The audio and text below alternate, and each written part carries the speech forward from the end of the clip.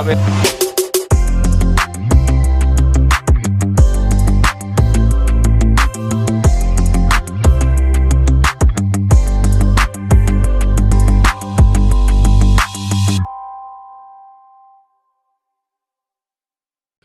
everyone. So there's a lot of confusion regarding the new GRE test format that has recently been announced.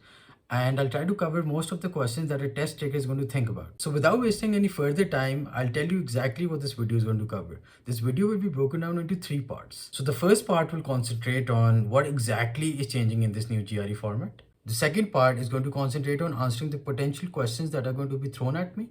So the third and last part is going to be my 3-for-1 analysis on the new GRE format versus the old GRE format.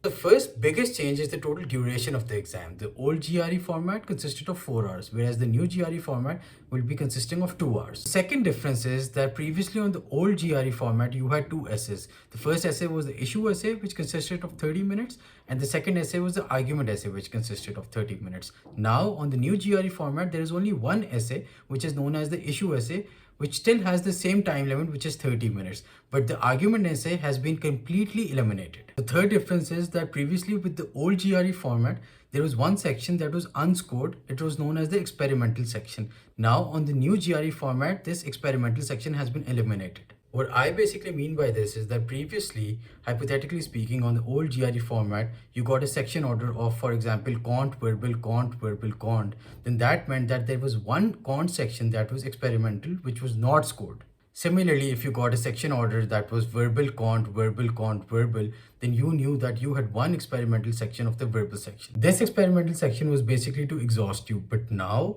there is no experimental section. So for example, on the new GRE, there are going to be 2 sections of cont and verbal each. So hypothetically, if I talk about any order, it could be cont, verbal, or verbal, cont. The fourth major change is that the number of questions and the total time allocated for the cont and verbal section both have changed. With the new GRE, we have to attempt 27 questions in 47 minutes. Now we don't exactly know how many questions we have to attempt in each cont section. This will be available to us by the end of June. With the new GRE format, you have to attempt a total of 27 verbal questions in 41 minutes. Again, we do not know the split of verbal questions that we have to attempt section-wise. Fifth major change is that there is no scheduled 10-minute break which is present on the old GRE. Now, because the total exam only consists of 2 hours, there is no scheduled 10-minute break. However, the 1-minute break that used to be present after each section is most likely to be present on the new GRE format as well. The sixth major change is that you are going to get your score reports delivered faster. Previously, with the old GRE, it used to take an average of 10 to 15 days to get your score reports delivered, but now it will take an average of 8 to 10 days, which is a good thing. I'll also explain what exactly is staying the same when it comes to the old GRE versus the new GRE. Number one, the content is exactly the same. Now, what do I mean by the content? The content is basically the syllabus. So for cont and verbal, you will be studying the exact same syllabus that you were previously studying for the old GRE. Number two, the question types are exactly the same. For example, in cont, if previously you had 3 question types, for example, quantitative comparison, data interpretation, and problem solving, the new GRE format also has the exact same question types. Similarly, for verbal, the question types are exactly the same. You will still have the same old sentence equivalence, the same old text completion, which consists of single blanks, double blanks, and triple blanks, and the same old reading comprehension. It is interesting to see that the number of scored sections is also exactly the same. Previously, you just had an additional section which was unscored, but previously also you were marked on 2 scored sections of cont and 2 scored sections of verbal.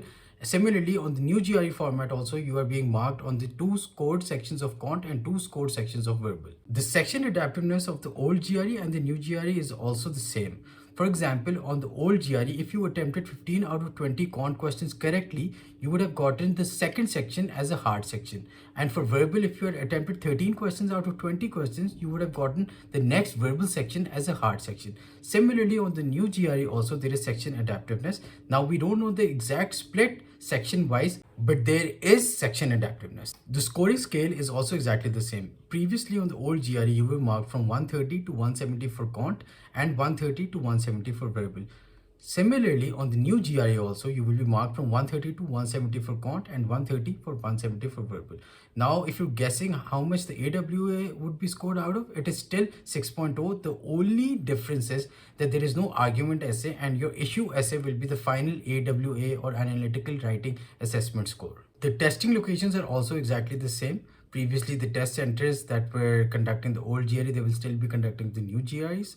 Also, the test at home is still valid. There will still be possible test accommodations for those who fulfill the requirement. Also, those who were thinking that the test fee would have been reduced, that is not the case. You will still be paying $220 for the test fee and $231.3 if you're taking the test in China. ATS claims that the time per question for both quant and verbal is exactly the same when it comes to the new GRE format or the old GRE format. I posted a question sticker story on my Instagram and I received over 5,000 questions. The majority of the questions overlap, so I will be covering all those questions and the questions that came to my mind. I will try to answer all of them. So the first question that people are going to ask me is that when will the new GRE format be implemented? The answer to this is that the new GRE format is going to be implemented on 22nd September 2023. So those who are taking the test on 22nd September 2023 or a date after that will be facing the new GRE format. The second most popular question that is going to be thrown at me is that why did the ETS change the GRE format? So let's be honest about it. ETS's biggest competitor is GMAT. So ETS is the test maker of GRE, whereas GMAT is the test maker of GMAT. And I would say in the last 5 years or so, the GRE had grabbed a lot of market share from the GMAT. ETS and GMAT, or you would say the GRE and the GMAT, have a lot of competition between them. In March 2023, the GMAT announced that the GMAT would be shortened. And the shortened GMAT format would be implemented towards the end of 2023. Therefore, I'm not surprised that ETS reduced the exam duration. This was always in the pipeline and it makes complete economic sense to shorten the GRE format so that it can easily compete with the GMAT. Another problem was that ETS used to take a lot of time to deliver the score reports and students' grad school deadlines were just around the corner. Now, because the test format has been halved, this problem will eventually die down. People also ask if the test is still valid if it's shorter. Of course, it is valid. Why wouldn't it be? Otherwise, ETS wouldn't even bring this new format. Another question that students are going to ask me is that till when can you take the old GRE? So the answer to this is that the last date on which you can take the old GRE is on September 20th, 2023. Another question the students are going to ask me is that if the new GRE format is going to be conducted at home and at the test center. So the answer to this is yes, it will be conducted at home and at the test center. Another question that people are going to ask me is if the old GRE is going to be given more weightage as compared to the new GRE. The answer to this is no. The old GRE and the new GRE both will be given equal weightage, so it doesn't make a difference if you take the old GRE or the new GRE. Also, if you've registered for the new GRE after September 22nd and for some reason you still want to take the old GRE, then the reschedule fee is $0, so you can reschedule it for free.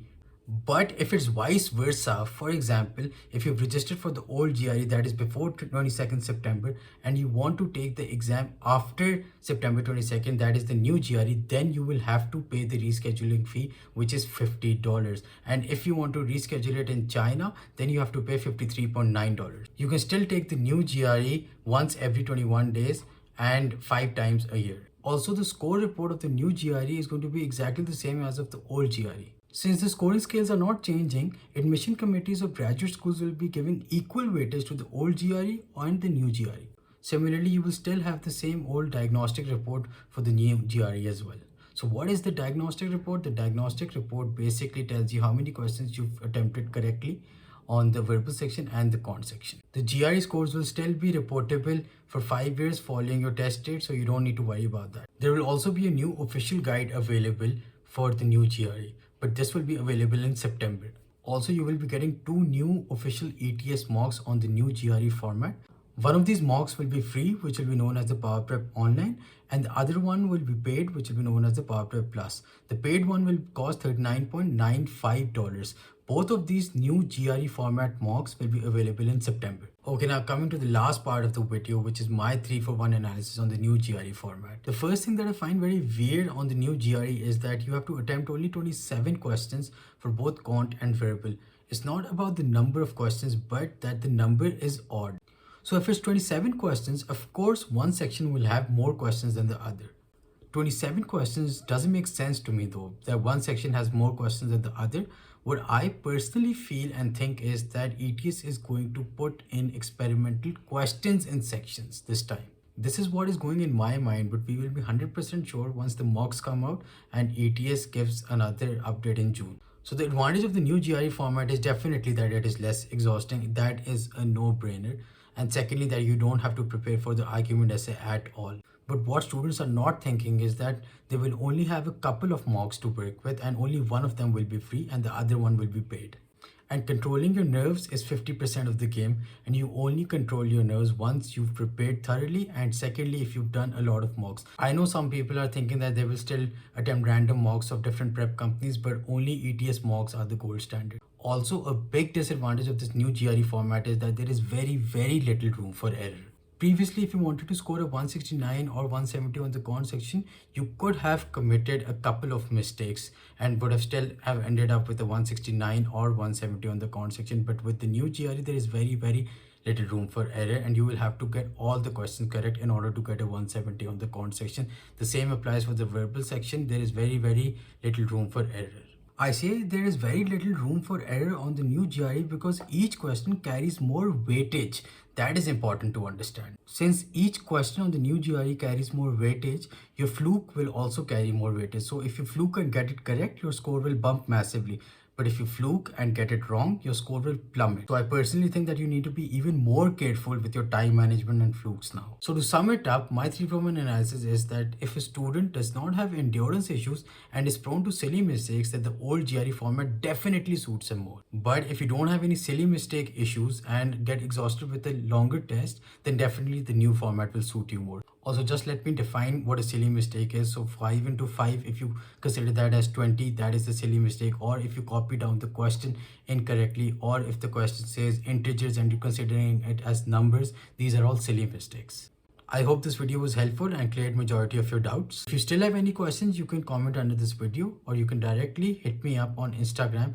My Instagram handle is GRE341 with Saad Amir. Also, if you found this video helpful, you can subscribe to the channel and give a like on this video. I didn't say this in the beginning of the video because that is very annoying. You can talk about all the important things in the video, and at the end you can tell them to subscribe. If they genuinely like it, they will always do it. Thank you.